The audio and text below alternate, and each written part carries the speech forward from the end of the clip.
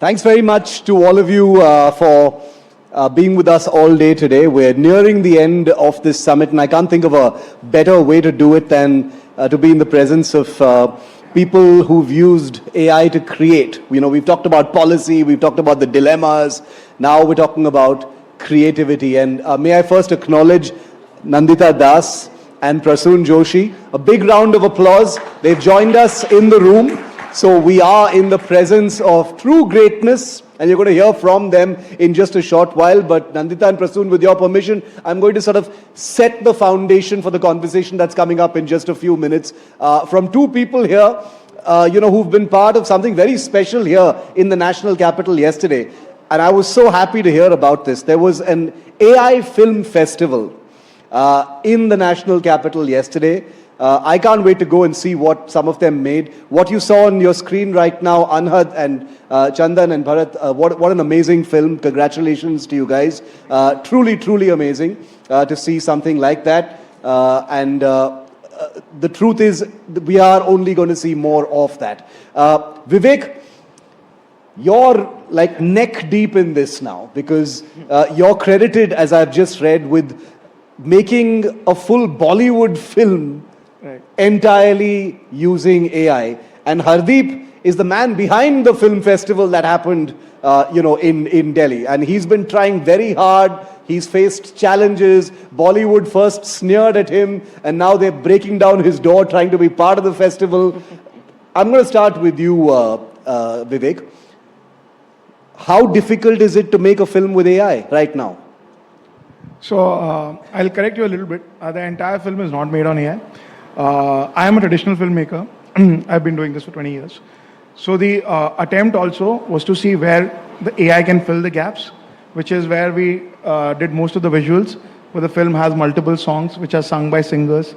Then the music was done the traditional way and everything. In fact, now also we are doing another version of the film because the technology changes very, very fast. But there are human voices, which has done the dubbing, and there are actors. So we are using AI as a layer, because we feel like the film that we just saw also is a very deep personal voice, right? Films work when the voices are deep, when the voices are personal. And what we are doing with Naisha, in fact, another film which has just come out a couple of days ago is a film that Saregama and we are co-producing called Shiv Sati, where we are telling the story of Shiv and Sati, which also we are building. AI is being built as a layer on top of traditional filmmaking, where you have actors and directors, DOPs. So that's the way we are working on it. So I would say it's as difficult as the traditional filmmaking was, but what AI does is aid us. Like how when digital cameras came, they made our work a little easier. When lights came, like LED lights came, then you wouldn't have to carry those bigger lights. Now today, yesterday, if I wanted 10,000 people in my frame, it was not possible, right? Money was a problem for me. But today, if I want 10,000 people, I can get it through AI. I can get it very fast also.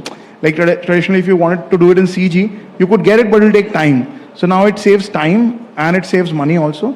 And that's the process we've been following, that how can we build on top of our traditional filmmaking and do this. No, it's one of the most exciting spaces to be in, because there's the creativity aspect, there's the cost aspect like you mentioned, but also there was a huge bridge to cross. Hardeep, I want you to tell us about that a little bit, because it was not easy getting here for you, to get the industry that pulls all the strings as far as film are concerned, to buy into the idea that AI is here to stay as far as the creative process of filmmaking.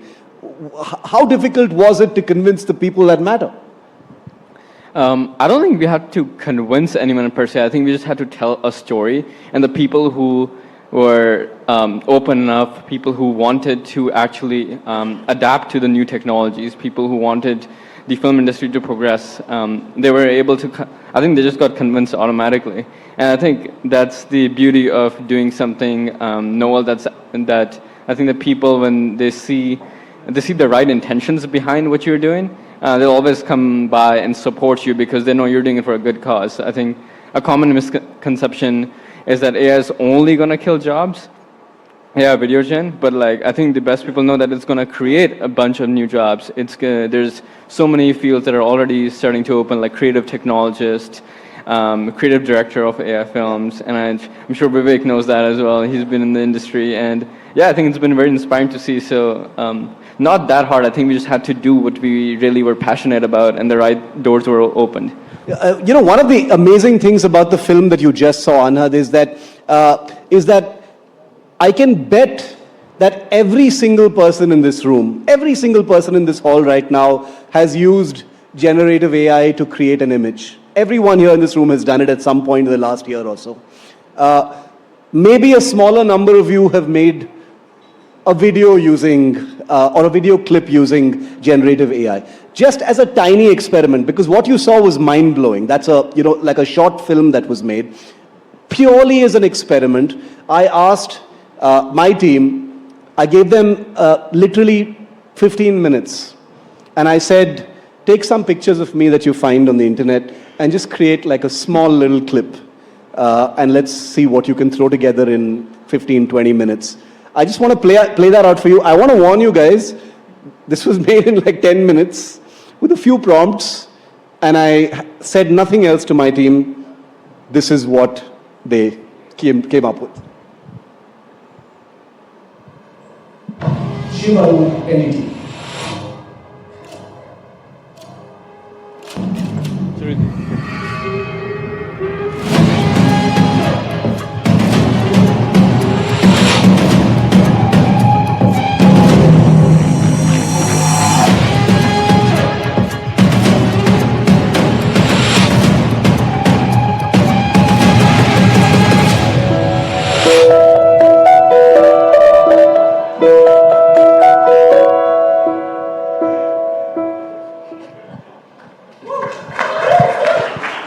I really wanted to remove that last frame, but my team said, no, that's the best part. You've got to keep it in there. That was done in 10 minutes, guys. Okay, so I'm not surprised by the quality of what is being put out there. So my question to you now, Vivek, is when one watches AI-created video or a film, at the back of your mind, you can sort of tell that AI has been used. Is there going to be a point very soon where nobody will be able to differentiate between what's been made in AI and what is real? Yeah, I With think pictures, that's already the case. With video? yes, I think we are very close. In fact, I think we are there yet already. The technology does exist. There are, we are working on some projects where while we are working on it, we can't tell that it is AI anymore. And it's about physics. It's about a lot of things that the machines have been learning over time, have been fine-tuned and everything. The data sets are getting better and better. And now we are at a point, the film that we are trying to do is a mix of traditional AI and CG. So if you're watching it as an audience, you would not be able to tell that this was made on AI or this was made on CG or this was made, doing the live shoot. So that I think we are already there. What happens is, but you do need, like I said, if you need to get to that quality, then you need people who understand the craft that much so that they can take away that layer of fakeness that you get to see in AI videos, but it is possible to take that layer off. Because that layer of fakeness, Hardeep, has already evaporated in images. One cannot tell the difference, literally, unless you have a very, very trained eye. You look at this very closely. You were watching the films that came up at your film festival as well. At what point, how soon do you think we will be at that point where we're not going to be able to tell the difference? I think it's really hard to put a timeline to it, but I do think this year is going to be one of the most transformative years for AI video gen. Like, we hosted the Mumbai AI Film Festival as our first iteration in November, and right now we just hosted the India AI Film Festival in Delhi yesterday. So that's about, I'd say 4 months, three and a half months. And I think in that time, you can just see the amount of models that have come out, how advanced they've gotten. 2 weeks ago, Seed Dance 2, it's a model from China that just got released, and it's just impeccable. And I feel like they keep getting better and better. So I think it's going to be very soon we come to a point where you can distinguish AI films from actual films. And that's sort of our goal, actually, with the AI film festivals. I think our success is done well when, in 1.5 year, we don't need to host AI film festivals anymore, because the real film festivals that exist in the world already incorporate AI films in there. One of the most daunting aspects of AI created films and the creative economy using AI so much is that one part is what we just discussed, which was this. The other is that the creative process becomes not so much about creativity as we understand it, but about prompts and how we deploy different models to to affect that creativity. There was a recent very, very viral example, which some of you may be familiar about, and I just wanted to show you a small bit of that. This was Seed Dance, the Chinese model, where someone spent apparently 3 minutes asking them to put together a fight sequence involving Brad Pitt and Tom Cruise, fighting over Epstein being killed. How did that look? 3 minutes. This is what they did. Take a look at this.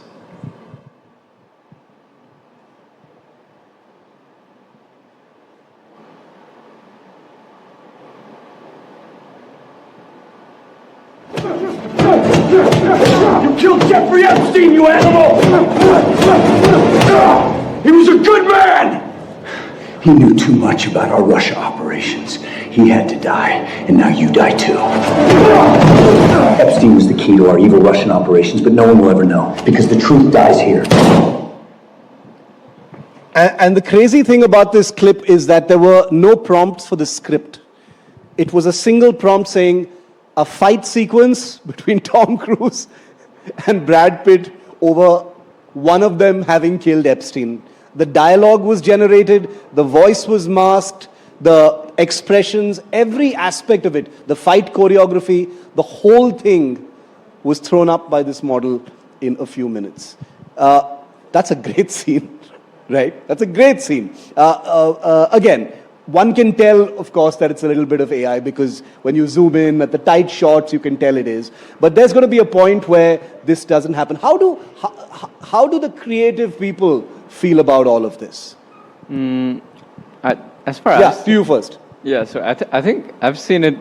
I think the ones that I'm mostly surrounded by AI filmmakers, and I feel like they definitely feel good. We can probably even take the chat a little bit. Oh, I'm going to ask them for sure. Yeah. And I feel like the AI filmmakers, especially who I'm surrounded by, I feel really good about it. There's definitely been some friction, especially by I feel like some of the traditional artists and filmmakers.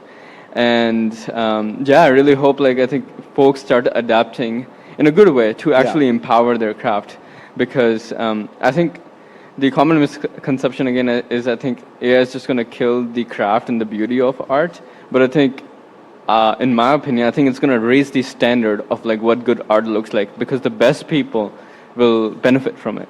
Okay, so I'm going to thank the both of you now, because that flows into the next part of this conversation that I'm going to have, with two stalwarts whose lives have been devoted to that kind of creativity, and they are going to offer us a very unique perspective of what this intersection actually looks like. So thank you very much, Vivek and Hardeep. A huge round of applause for the both of them.